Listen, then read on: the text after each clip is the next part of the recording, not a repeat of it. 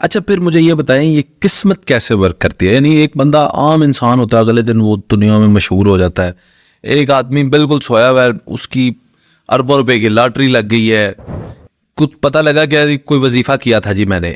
کیا واقعی کوئی ایسا وظیفہ ہوتا ہے جو انسان کی قسمت بدل دے؟ اور اگر ہے تو عملی طور پہ آپ کی زندگی پہ کوئی وظیفہ اگر کام کیا ہوا مستند وظیفہ کوئی ہے تو بتائیں. جی بالکل، وظائف اپنا اثر رکھتے ہیں.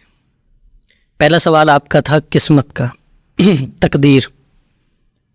یہ دنیا جو ہے یہ دار الاسباب ہے. سبب اختیار کرنا ہمارا کام ہے، اس میں اثر ڈالنا یہ اللہ کا کام ہے.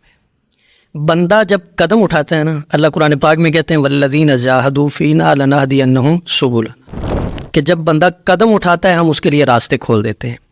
حضرت یوسف علیہ السلام کو زلیخا نے وہ ساتھ میں کمرے میں لے گئی تھی، دروازے بند کر لیے تھے اور گناہ کی دعوت دی تھی. تو حضرت یوسف علیہ السلام نے فرمایا معاذ اللہ، میں اللہ کی پناہ میں آتا ہوں.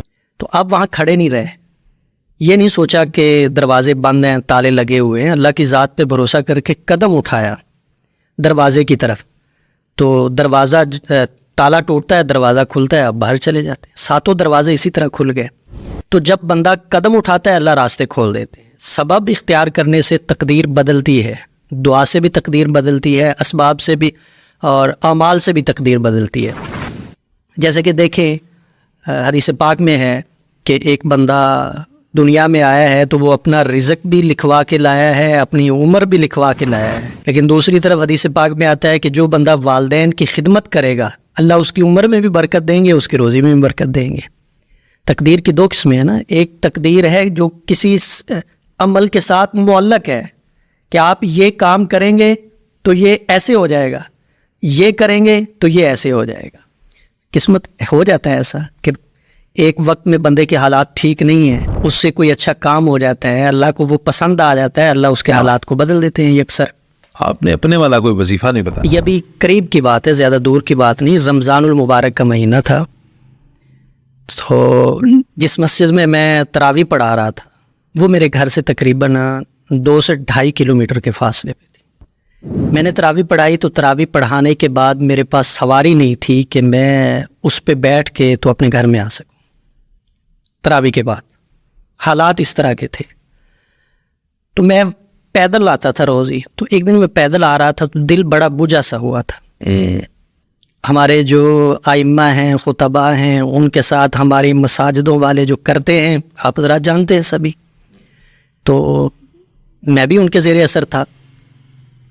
لیکن دل میں بڑی ایک کڑن تھی کہ یا اللہ دیکھیں تراویح پڑھا کے آ رہا ہوں اور میرے پاس سواری نہیں ہے، پھر صبح سحری میں جا کے وہاں پہ نماز بھی پڑھانی ہے، درس بھی دینا ہے.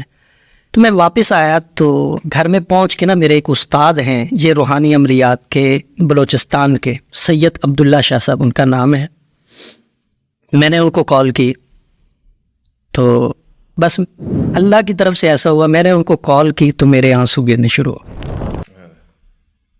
میں نے کہا استاد جی حالات بہت خراب ہیں، اپنا گھر نہیں ہے، اپنی سواری نہیں ہے، بچوں کے دودھ کے پیسے نہیں ہیں. یہ 1 سال پہلے، یہ تقریباً 2-3 سال پہلے کی بات ہے. انہوں نے مجھے حوصلہ دیا، کہا کہ روئے نہیں، یہ ایک میں چھوٹا سا عمل آپ کو بتا رہا ہوں، یہ آپ کریں. انہوں نے مجھے بتایا سورہ والضحیٰ کا وظیفہ، ترتیب بھی انہوں نے بتائی، چھوٹا سا ہے، بڑا مختصر سا ہے، جو اب آپ سن رہے ہیں وہ اس کو کریں. میں نے جس کو بھی بتایا ہے اس نے اس وظیفے کے ثمرات سے فائدہ اٹھایا ہے، اس کی برکات سے اس نے فائدہ اٹھایا ہے. وظیفہ یہ تھا کہ عشاء کی نماز کے بعد جائے نماز پہ بیٹھ کے 3 مرتبہ درود ابراہیمی پڑھنا ہے اور اس کے بعد سورہ والضحیٰ کو پڑھنا ہے. بسم اللہ الرحمن الرحیم، والضحیٰ واللیل اذا سجی ما ودعک ربک وما قلی وللآخرۃ خیر لک من الاولی ولسوف یعطیک ربک فترضی. اس آیت کو یہاں پہ 313 مرتبہ پڑھنا ہے، پھر آگے سورت کو پورا کر دینا ہے. 1 مرتبہ سورت کو پڑھنا ہے اور وَلَسَوْفَ يُعْطِيكَ رَبُّكَ فَتَرْضَىٰ اس آیت کو 313 مرتبہ پڑھنا ہے روزانہ. تو یہ وظیفہ ایسا وظیفہ تھا کہ جس نے حالات کو یکسر بدلا. اللہ نے سواری بھی دی، اللہ نے مکان بھی دیا، اللہ نے قرض تک اتار دیا. اچھا ماشاءاللہ.